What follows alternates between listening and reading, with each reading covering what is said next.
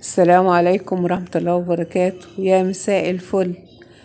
النهاردة هعمل كشري مصري في حلة واحدة. عملت حمرت الشعرية وبعدين حمرت الرز. طبعا انتوا عارفين بقى طريقة الكشري.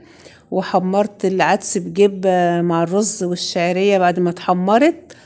وعملت الصلصة طبعا في حلة لوحدها. توم وبصل، قليتهم كده شوية وحطيت الطماطم وحطيت بقى شطة وخل وحطيت بقى جميع البهارات للصلصة. وعملت الكشري العدس بجبة والشعرية والرز في حلة واحدة. وسلقت المكرونة لوحدها، مكرونة سباكيتي على مكرونة صغيرة مع بعضهم في حلة واحدة. وبعدين بعد ما كل ده بقى اتحمرت الشعرية وبعدين حمرت الرز معاها وبعدين نزلت العدس بجبة وشوحت كله مع بعضه وعملت كله في حلة واحدة. والمكرونة كمان اتسلقت في حلة لوحدها. وقلبت كله بقى بعد ما خلصت كده، قلبت بقى المكرونة وقلبت كله على بعضه. وحمرت بصل بقى، مسكت البصل حطيت شوية نشا وشوية دقيق.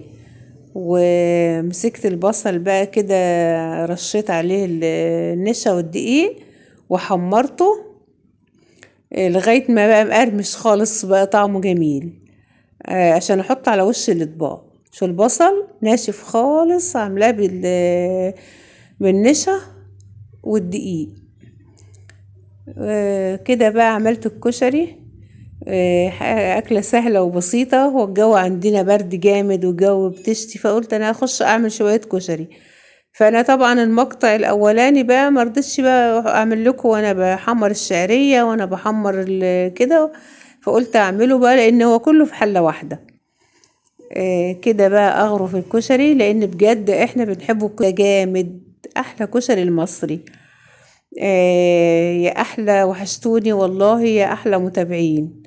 وحشتوني كل متابعيني في كل الدول العربية وفي مصر وخارج مصر وفي كل البلاد. ربنا يا رب كده إن شاء الله يجي رمضان وانتوا في أحسن صحة وأحسن حال.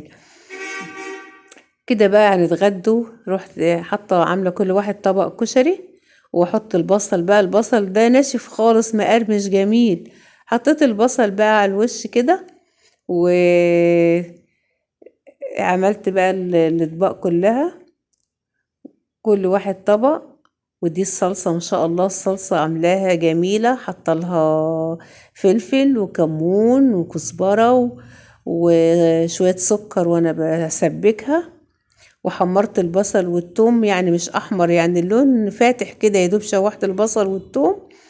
وعملت حطيت الطماطم وحطيت البهارات بقى، كمون وفلفل اسمر وشطة، اهم حاجة الشطة. مكترة الشطة جامد لانه الكشري طبعا عايز الصلصة بتاعته بتكون حراقة.